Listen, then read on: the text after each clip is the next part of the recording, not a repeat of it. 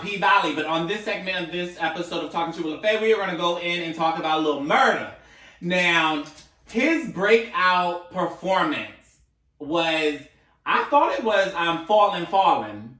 Was it Fallin' Fallin' or was it, what's the one? I'm in a club. It was Fallin' Fallin'. Fallin' Fallin', right? That was his breakout performance. Yeah. And he had a couple tries. Like, so first he wanted Mercedes to dance to his songs. She was in the VIP and was like, I ain't dancing to this. This sound whack. You need to do all this. You need to do this. No, she said sloth. What does that mean? The sloth. What does that mean? Slow, like it's too slow. Oh, okay. Like slow. Yes. You know what a sloth is. Oh, yeah. So, you know their accents? I can't understand anything, hardly. I had to have subtitles. Because I'm like, what are they saying? Some of the things, I'm like, what? But yes, it was very slow. She's like, I can't dance to this. So then, I think he went back, and then he tried to have Uncle Cliff listen to it. Make sure I'm right, y'all. Fact check me. And Uncle Cliff was like, where's the, like, you know what I mean? Like, I need to be able to blah, blah, blah. Then he had the DJ, which I was surprised that little boy was still in school. What was he in college? Was he in high school? What was it? No, like, that was high school. Yeah, he was in high school. But he probably was like maybe a 17, 18-year-old kid and could go out to the club and be, you know how young kid, I guess that's how. Well, kudos to him for having a job at that age and at not a prestigious, but at a reputable like company like the Pink. So and they packed out the Pink every weekend, or I mean at least from what I saw. I don't know if during the week it was that. Yeah. During that week it was popping like that. Yeah, he was really good. And so finally, I think after that conversation, I could be wrong, but after that conversation he had with the high schooler, he then figured out his sound. And because he thought the high schooler started working with him on his music and the beats and stuff. Yes. So and I felt like they kept telling him like it's too slow. It's like this, they all kept saying this sloth music. Nobody want to dance to little sloth. Yes. I love a good sloth music, so that's probably why. But he was determined for one of them to dance to the song, one of his songs, so he could like everybody find out who he is. And I love that he was open to feedback, because without him being able to go back to this person and go to this person and figure out, okay, the right sound and the right beat, he wouldn't have been as successful as he was. So he was definitely different, and I think a lot of his guy friends felt that, or I don't know if they knew it or from seeing it, I don't know. But his manager definitely knew. Yes, you're right. His manager knew. And one of his homeboys. You know his homeboy did too. I don't feel like he knew. He just was so mad because that guy, the guy that was talking to Mercedes, he didn't really punk him, but he's an older OG and was coming at him, so he felt like, oh no, he ain't gonna talk to us like that. But he was like, why you so high maintenance or high something? High key. So then he said, everybody been saying they punk anyway. Yes. And like, that's when it blew up. That's when he obviously. So like the cousin. I feel like he's not confrontational, but if you try him, you're gonna get bigger. Well, of course, because he's living a lifestyle that's not really accepted. He is into guys, I guess. I don't know if it's guys or guys that look like her. I don't know what it is. Probably. But I think he's into both, right? He might be bi. He's on the down low. And he was really upset that his friend said that, or his cousin said that to him because he felt like it came for his masculinity, it came for, you know, his lifestyle, whatever. And he was having an internal battle with himself. And so it just happened. He said it and then he reacted, which was unfortunate. But that was the night that they played his song. Was that the night? His song. And he got extra hype when he was outside. Yes, he was like almost in tears. And then that's when then he had to compose himself. Right, because like, let me calm down. Uncle Cliff came out, right? Yeah. To greet him. And then that scene was very crazy. I ain't gonna talk about it, but you know, they did the thing, they had a good time. They woke up the next day, Uncle Cliff hit it out, and he was looking for him like, where you at? I'm trying to, you know, continue what we started the night before. But that wasn't his fault because he had it out because he heard that the chick that they left in the club drunk. Like, where was security? Like, you should have, first of all, why did they leave? Where was maintenance and where was security? Why y'all leaving that club dirty like that? First of all, I think they are maintenance and they clean up their own club because they was doing that anyway. So, and Diamond said, this is the end of my shift. And I think when they left her, remember her, what's her name? Mississippi and the Underwood, what's her name? The white girl. I forget her name. No, white girl. I forget her name.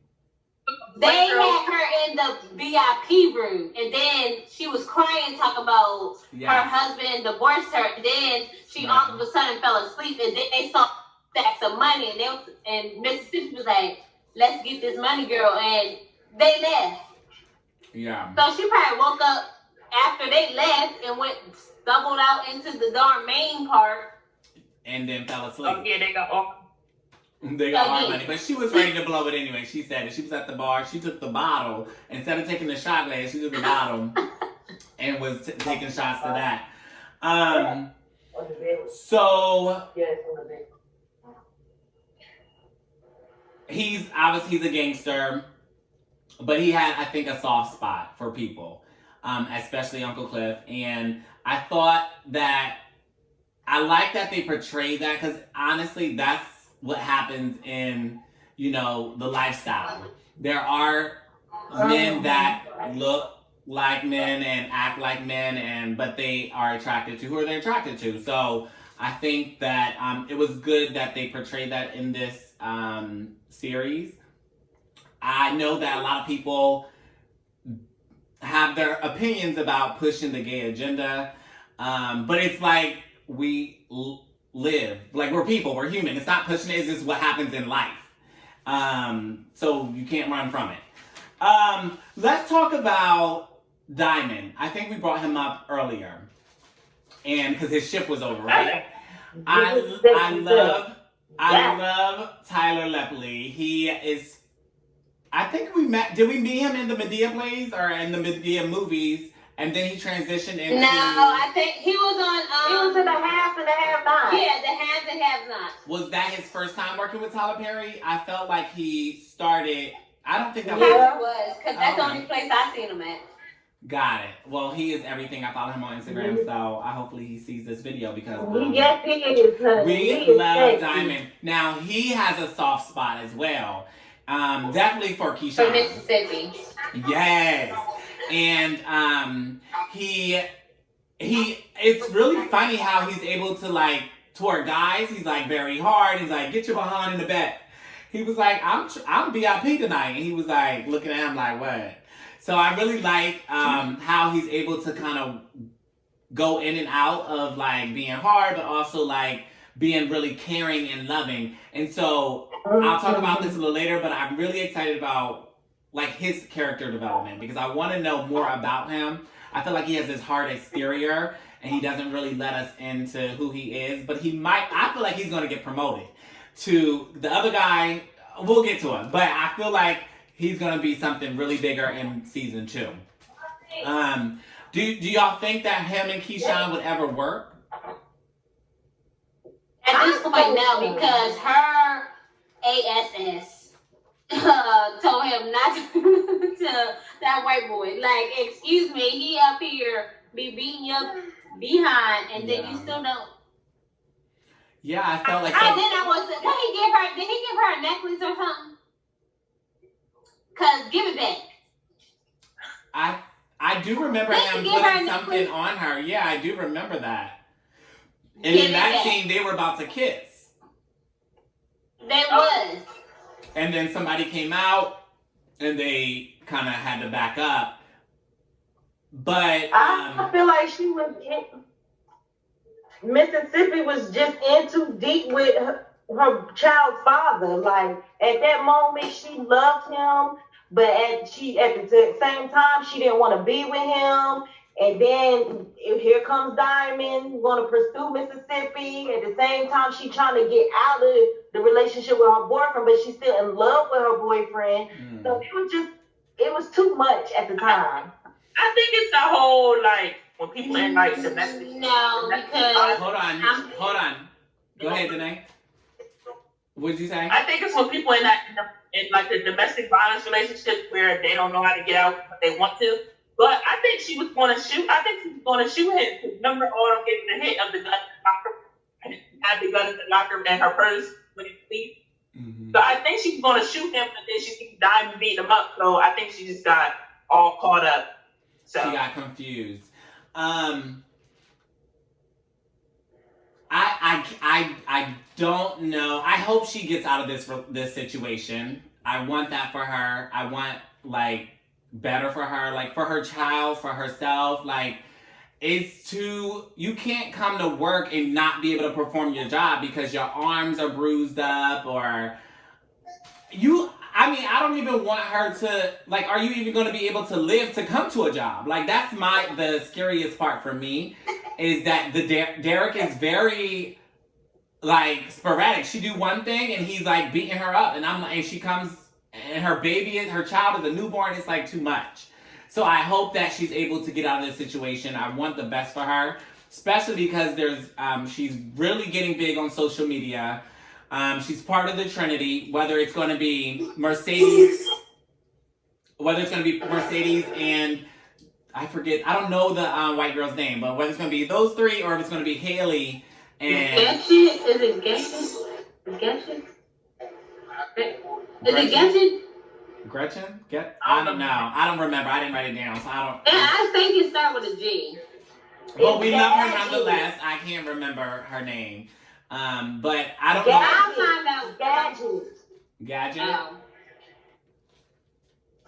But did we peep her man though? Her man was fine too. What?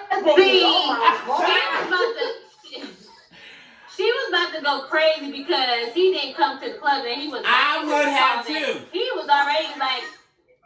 He was like, oh, I don't want her to find out I'm in town. Like, oh, baby, that's not your man. It ain't. And honey, the way he answered that door butt naked, oh my God. And he had all them darn girls around him.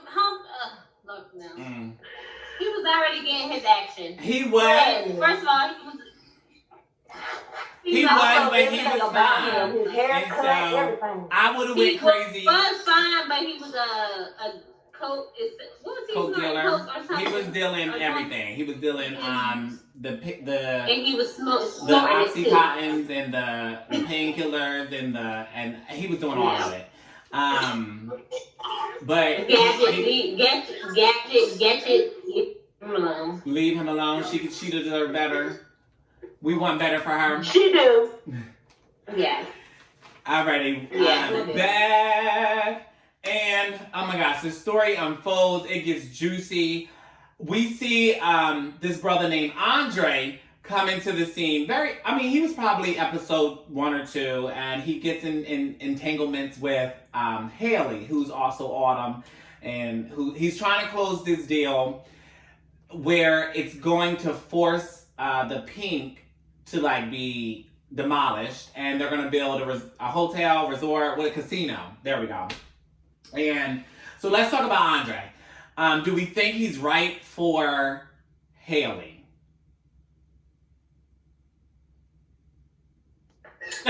I'm gonna say yes and no.